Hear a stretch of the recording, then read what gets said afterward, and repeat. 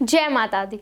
दोस्तों, आपने अक्सर सुना होगा कि लोग प्यार के रिश्ते की तुलना एक नाजुक डोर से करते हैं, पर यह भी कहा जाता है कि प्यार में बहुत ताकत होती है, बहुत मजबूती होती है। तो क्या कारण है जिसकी वजह से ये कहा जाता है कि प्यार का रिश्ता एक नाजुक डोर की तरह है? चलिए दोस्तों, आज मैं आपको ये समझाती हूँ। देखिए, इसका मतलब ये है कि प्रेम एक ऐसी नाजुक डोर या एक ऐसा नाजुक धागा है जिसे आप जोर से झटका दे या जोर से खींचे तो ये टूट सकता है।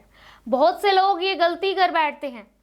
कुछ ऐसी ऐसी छोटी बात होती है और इसे उतना खींच कर इतना बड़ा कर देते हैं कि रिश्ता आखिरकार वो टूट ही जाता है, वो बिखर जाता है।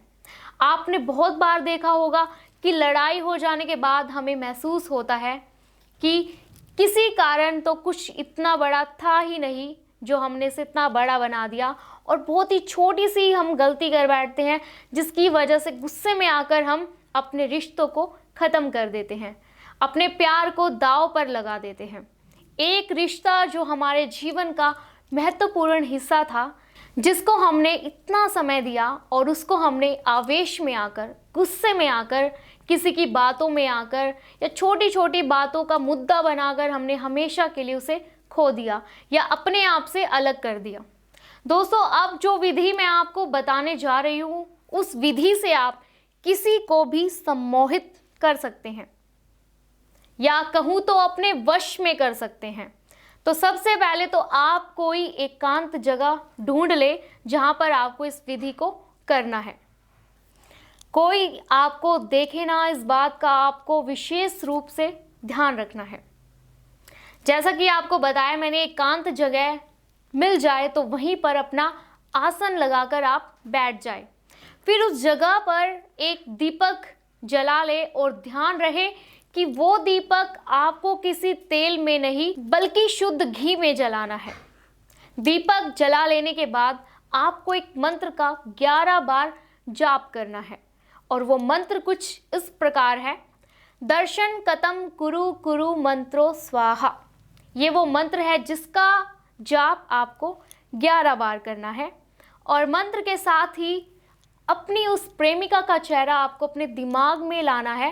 पूरी कोशिश करें, कोशिश इतनी होनी चाहिए कि दीपक की लो में आपको अपनी प्रेमिका का चेहरा खुद ब खुद नजर आ जाए। और जैसे ही आपको अपनी प्रेमिका का चेहरा उस लो में दिख जाए और मंत्र का 11 बार आपको कंटिन्यू जाप करते रहना है, और वैसे ही दीपक को एक ही फूंक मारकर उसे उसी समय बुझा दे।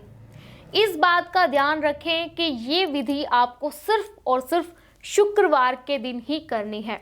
और अगर आप लगातार इस विधि को शुक्रवार तक कर लेते हैं तो ये मान लीजिए कि आपका प्यार आपसे दूर नहीं है और बहुत जल्द वो आपके वश में होने वाला है। ये समझिए कि वश में हो चुका।